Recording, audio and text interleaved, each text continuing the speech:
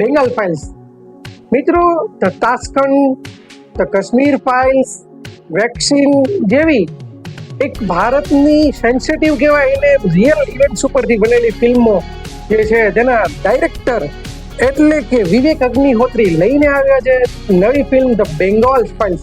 મિત્રો, વર્ષ 1946ની જે ડાયરેક્ટ એક્શન ડેની સ્ટોરી ઉપર આધારિત છે. તેમાં આપણા જે થઈ ગયેલું છે 1946માં તે ઘટના ઉપર આધારિત છે. ફિલ્મને એ સર્ટિફિકેટ આપવાનું હોય છે કેમ કે ઘણા બધા સીન્સ એવા છે કે બાળકોને ફિલ્મથી દૂર રાખવી જોઈએ અને જે મુદ્દા બતાવવામાં આવ્યો છે તેમજ ગાંધીજીની જે ભૂમિકા બતાવવામાં છે ફિલ્મ ઘણા બધા વિવાદોમાં ચાલી રહેલી હતી.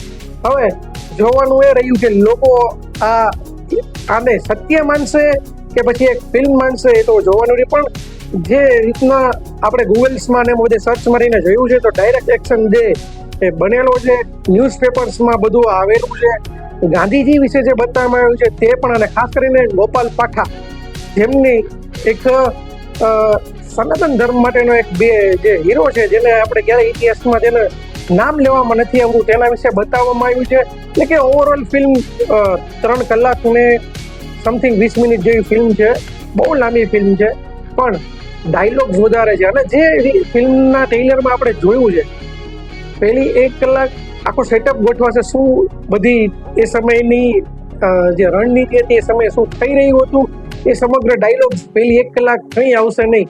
1 કલાક પછી જે બધું સ્ટાર્ટ થશે ભાઈ, અને એમાં પણ ઇન્ટરવલ પછી જે બધું બતાવવામાં આવશે તમારા અંદરથી રૂવાડા કાયદેસર ઊભા થઈ જશે કે આ આપણા પૂર્વમાં જો આવું થયેલું હતું એ સમય એ લોકો ઉપર શું વીતી હશે એ જઈને આપણી અંદરની આત્મા પણ ડગમગી જશે. એ રીતનું આમાં બતાવવામાં આવ્યું છે.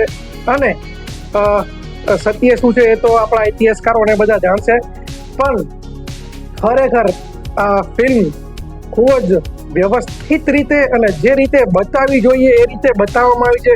કોઈ મરી મસાલો નથી. ખાસ કરીને પલ્લવી જોશી કે જેને ભારત માતાનો રોલ કરેલો છે, દર્શન કુમાર, અનુપમ ખેર કે જે આપણા ગાંધીજી છે, તો બધા જ એક્ટરો ઓવરઓલ જેટલા પણ લોકોએ ફિલ્મમાં એક્ટિંગ કરી છે એ લોકોએ જબરજસ્ત રીતે એક્ટિંગ કરી છે. હું ધ બેંગાલ ફાઇલ્સને 5 માંથી 4 સ્ટાર આપું છું.